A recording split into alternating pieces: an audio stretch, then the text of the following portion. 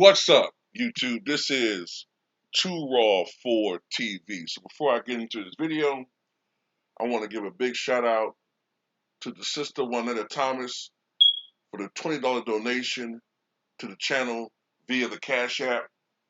And I looked at your message.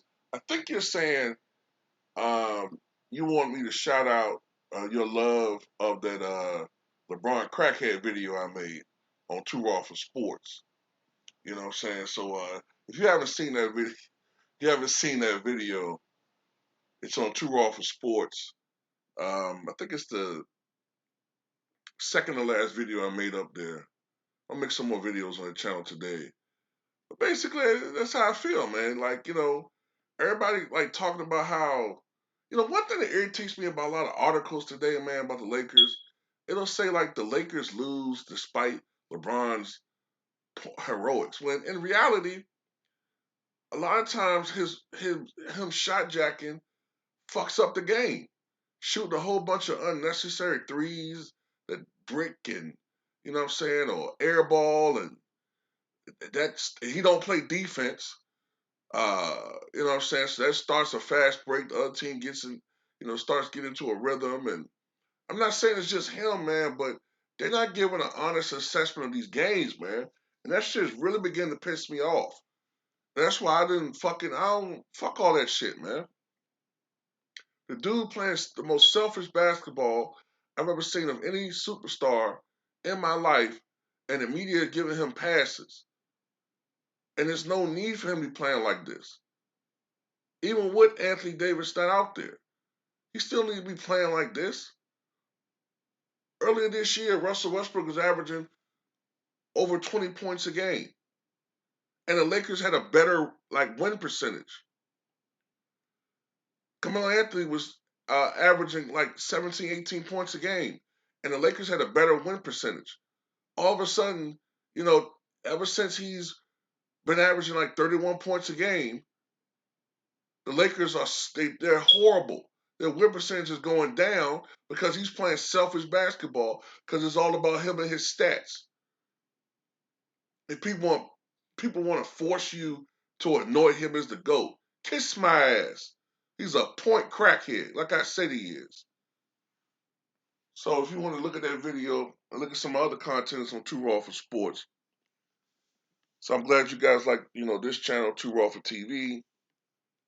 And, you know what I'm saying, to anybody that want to show love to this channel, if you choose to, you can do so. The links in the description box below via the PayPal or the Cash App, or in the pinned comment in the comment section below, or uploaded also a Patreon video today. I'm going to upload 2 more before the day is done. Now, this is something that I find a little irritating. I did catch Nick Wright's bias as MVP ladder, which he blatantly stole the idea from a YouTuber, which they do. But he still has Luka number 1, Joel Embiid number 2, Giannis number 3. And I'm trying to figure out, how is Luka still number 1 when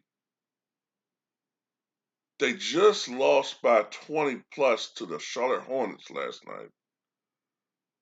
And then in the game before that, Luka goes 5 for 20 with 7 turnovers, I think it was, 6 or 7 turnovers against the Philadelphia 76ers in a loss. I'm trying to figure out how he didn't lose any momentum in that. Now, Giannis didn't play last night because of knee soreness, right? I know some people are like, well, Mike, why don't you get on Giannis for not playing? Well, if he was having a habit of doing that shit, and there was a lot of evidence to suggest that it was not a legitimate injury, yeah, I would get on him. But he still leads the NBA in most points scored. So he's playing more games than LeBron James, who gets all this praise. He's played more games than Joel Embiid. So how can I get on him? And as a matter of fact, him missing the game And you saw how the Bucks looked. Uh, if anything, it strengthens his MVP case because it just shows his value to that team and how, to me, I think if Giannis was out there, they probably would have won the game. But I just don't get it, man. Giannis has had what 9 consecutive 30-point games.